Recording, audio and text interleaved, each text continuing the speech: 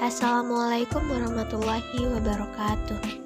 Kami dari kelompok 8 akan membahas materi mengenai zaman kependudukan Jepang dengan anggota kelompok 1 Rindo Wahyudi dengan NIM 2304571, 2 Neza Fatikasari dengan NIM 2304568, 3 Natasha Putri Suryadi dengan NIM 2304567, 4 Khairun Nisa dengan NIM 2304557.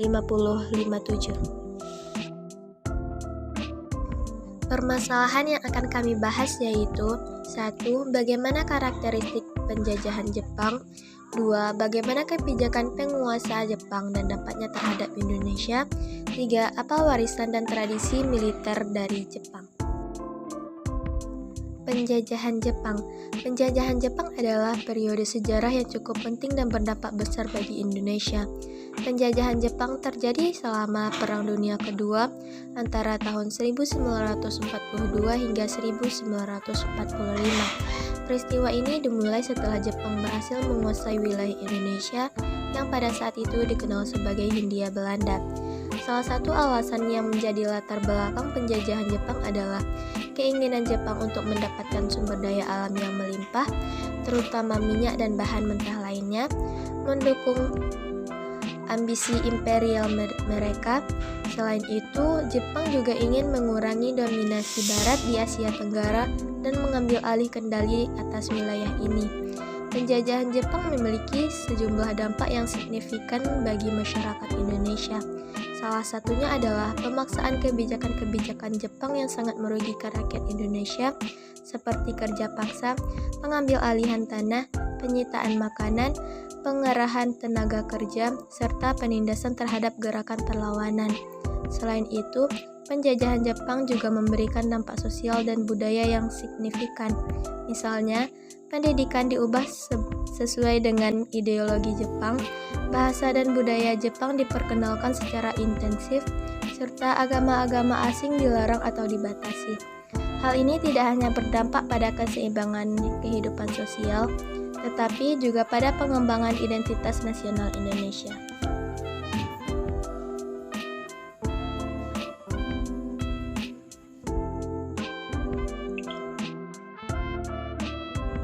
Kedatangan Jepang di Indonesia. 1. Ramalan Joyoboyo. Orang pribumi meyakini ramalan Joyoboyo tentang penjajahan orang kulit kuning di Indonesia dan setelahnya Indonesia merdeka. 2. Pendudukan wilayah. 10 Januari 1942, Jepang berhasil menduduki Tarakan, lalu disusul dengan Minahasa, Balikpapan, Ambon, Pontianak, Makassar, Banjarmasin, Palembang, dan Bali. 1 Maret 1942 menduduki Banten, 5 Maret 1942 menguasai Batavia sebagai kota terbuka. 3. Kapitulasi Kalijati. Perjanjian antara Belanda dan Jepang dalam penyerahan kekuasaan bangsa Indonesia pada 8 Maret 1942 di Kalijati, Subang. Gerakan 3A dan propaganda Jepang. 1. Jepang pelindung Asia. Jepang menempatkan diri sebagai pelindung Asia termasuk Indonesia dari belenggu bangsa Barat. 2. Jepang pemimpin Asia. Jepang pemimpin gerakan untuk mengusir bangsa Barat dari Asia. 3. Jepang cahaya Asia. Jepang menempatkan diri sebagai pengharapan baru bagi Indonesia. Perubahan aspek budaya dan eksploitasi sumber daya alam. Perubahan aspek budaya di mana Jepang berusaha memasukkan budaya dan nilai-nilai Jepang pada Indonesia. Ajaran Shintoisme yaitu kepercayaan agama orang Jepang diajarkan pada masyarakat Indonesia. Kebiasaan menghormati matahari dan menyanyikan lagu Kimigayo merupakan salah satu pengaruh pada masa pendudukan Jepang. Pengaruh budaya ini menimbulkan perlawanan di berbagai daerah. Salah satu penyebab perlawanan adalah penolakan terhadap kebiasaan menghormati matahari. Eksploitasi sumber daya alam. Eksploitasi sumber daya manusia dapat terbukti pada kebijakan Jepang yang bernama Romusa. Romusa yaitu tenaga kerja paksa bentukan Jepang. Para pekerja ini dipaksa untuk mengangkut bahan tambang seperti batu bara serta hasil-hasil perkebunan dan dipaksa dalam pembuatan rel kereta api. Pembentukan Romusa menimbulkan penderitaan karena dinilai tidak manusiawi dan melanggar hak asasi manusia.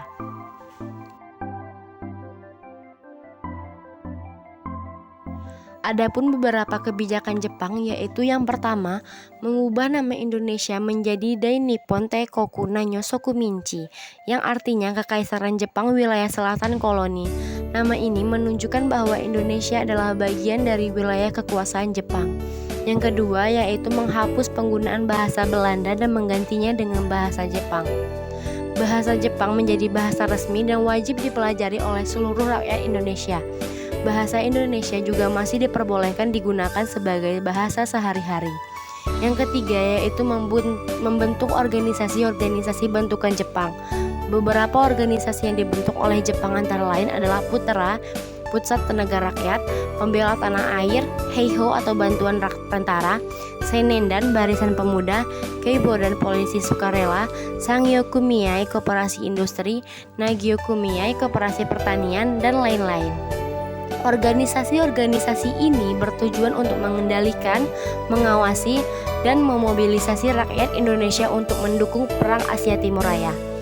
Yang keempat, yaitu melakukan Romusa atau kerja paksa, membangun proyek-proyek militer dan infrastruktur seperti jalan raya, jembatan, rel kereta api, lapangan terbang, bendungan, dan lain-lain. Romusa juga dilakukan untuk mengirim tenaga kerja ke luar negeri seperti Burma, Thailand, Singapura, Malaya, dan lain-lain. Romusa menyebabkan banyak penderitaan dan kematian bagi rakyat Indonesia karena kondisi kerja yang berat, tidak manusiawi, dan minim fasilitas. Adapun yang kelima, yaitu melakukan eksploitasi sumber daya alam dan ekonomi. Jepang menguasai dan mengekspor sumber daya alam Indonesia seperti minyak bumi, karet, timah, tembaga, emas, dan lain-lain untuk kepentingan industri dan militer Jepang. Jepang juga menetapkan uang Hindia Belanda sebagai satu-satunya mata uang yang berlaku dan mengeluarkan uang kertas yang disebut uang pisang. Uang pisang ini tidak memiliki nilai tukar yang stabil dan menyebabkan inflasi yang tinggi. Jepang juga memaksa rakyat Indonesia untuk menanam pohon jara sebagai bahan baku pembuatan bensin sintetis. Akibatnya, rakyat Indonesia mengalami kelaparan, kemiskinan, dan kekurangan pakaian.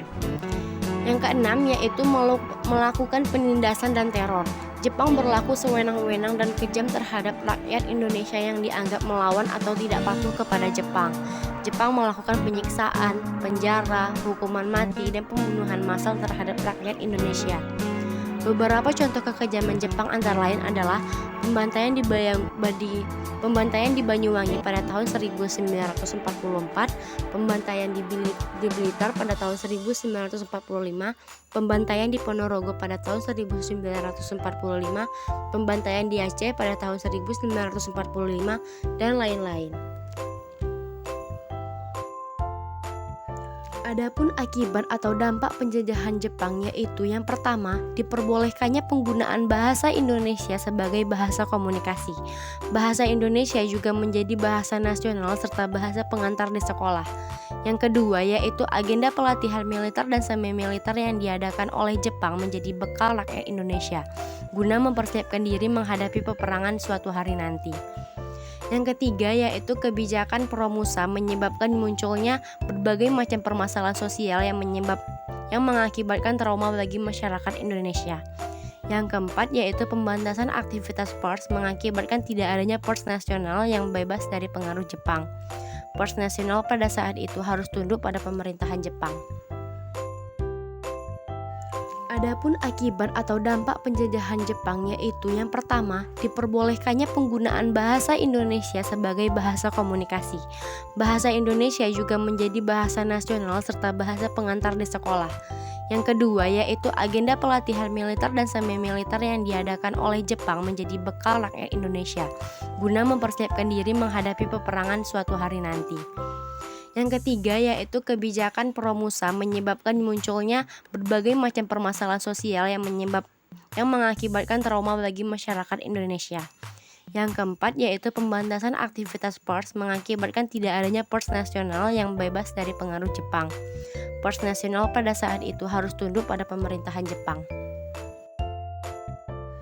Adapun akibat atau dampak penjajahan Jepang yaitu yang pertama, diperbolehkannya penggunaan bahasa Indonesia sebagai bahasa komunikasi. Bahasa Indonesia juga menjadi bahasa nasional serta bahasa pengantar di sekolah. Yang kedua yaitu agenda pelatihan militer dan semi-militer yang diadakan oleh Jepang menjadi bekal rakyat Indonesia guna mempersiapkan diri menghadapi peperangan suatu hari nanti. Yang ketiga yaitu kebijakan Promusa menyebabkan munculnya berbagai macam permasalahan sosial yang mengakibatkan trauma bagi masyarakat Indonesia. Yang keempat yaitu pembatasan aktivitas pers mengakibatkan tidak adanya pers nasional yang bebas dari pengaruh Jepang. Pers nasional pada saat itu harus tunduk pada pemerintahan Jepang. Adapun akibat atau dampak penjajahan Jepang yaitu yang pertama, diperbolehkannya penggunaan bahasa Indonesia sebagai bahasa komunikasi. Bahasa Indonesia juga menjadi bahasa nasional serta bahasa pengantar di sekolah. Yang kedua yaitu agenda pelatihan militer dan semi-militer yang diadakan oleh Jepang menjadi bekal rakyat Indonesia guna mempersiapkan diri menghadapi peperangan suatu hari nanti. Yang ketiga yaitu kebijakan Promusa menyebabkan munculnya berbagai macam permasalahan sosial yang mengakibatkan trauma bagi masyarakat Indonesia. Yang keempat yaitu pembatasan aktivitas pers mengakibatkan tidak adanya pers nasional yang bebas dari pengaruh Jepang. Pers nasional pada saat itu harus tunduk pada pemerintahan Jepang. Organisasi bentukan Jepang ketika menjelajah Indonesia terdiri 6 organisasi. Yang pertama Heiho, yang kedua PETA atau Pembela Tanah Air, yang ketiga Seinendan, yang keempat Keibodan, yang kelima Fujinkai, dan yang terakhir Suishintai. Heiho adalah pasukan militer pembantu yang beranggotakan para prajurit asal Indonesia yang ditempatkan langsung dalam perang Jepang. Tujuan didirikannya Heiho adalah untuk membantu Jepang dengan membangun pertahanan, menjaga keamanan, serta dilibatkan di medan perang Jepang. Heiho sendiri akan ditempatkan sebagai prajurit di pasukan Angkatan Laut, Angkatan Darat, dan Kompetai atau polisi pasca proklamasi kemerdekaan Indonesia pada tahun 1945. Heiho dibubarkan dan dilebur menjadi BKR. PETA atau Pembela Tanah Air adalah pasukan militer yang dibentuk Jepang pada 3 Oktober 1943. Tujuan didirikannya PETA adalah sebagai pasukan gerilya yang membantu Jepang apabila terjadi serangan, serta menjadi korps keamanan yang bertugas mempertahankan tanah air. Berbeda dengan Heiho, PETA membuka jabatan kepangkatan bagi rakyat pribumi, yaitu Daidancho atau Komandan Batalion, Chodancho atau Komandan Kompi, Sodancho atau Komandan Peleton, Bundancho atau Komandan Regu, dan Gyuhei atau prajurit sukarela. Seinendan adalah organisasi semi-militer bentukan Jepang yang bertujuan untuk mendidik dan melatih pemuda untuk mendapatkan tenaga cadangan sebanyak-banyaknya.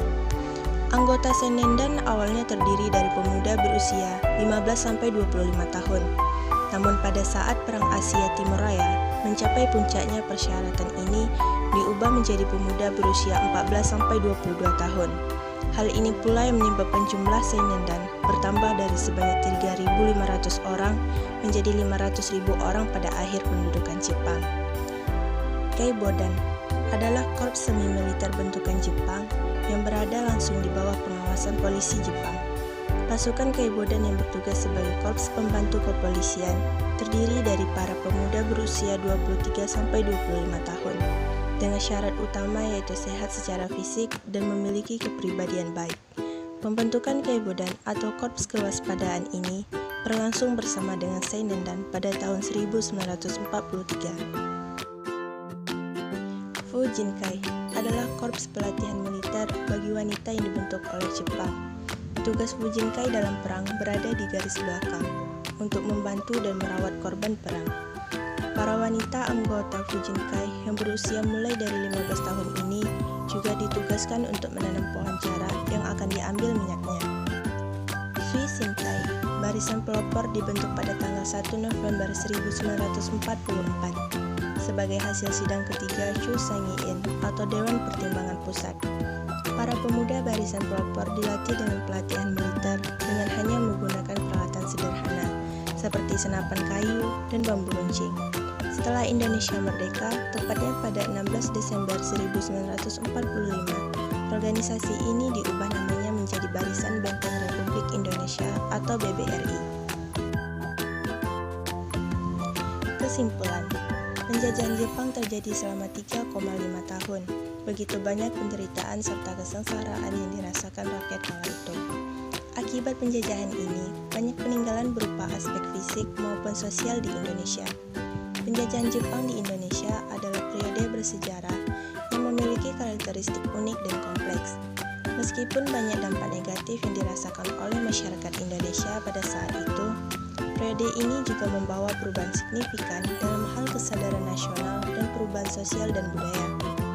Dalam melihat sejarah ini, penting untuk memahami konteks historis dan dampaknya terhadap pembentukan identitas nasional Indonesia.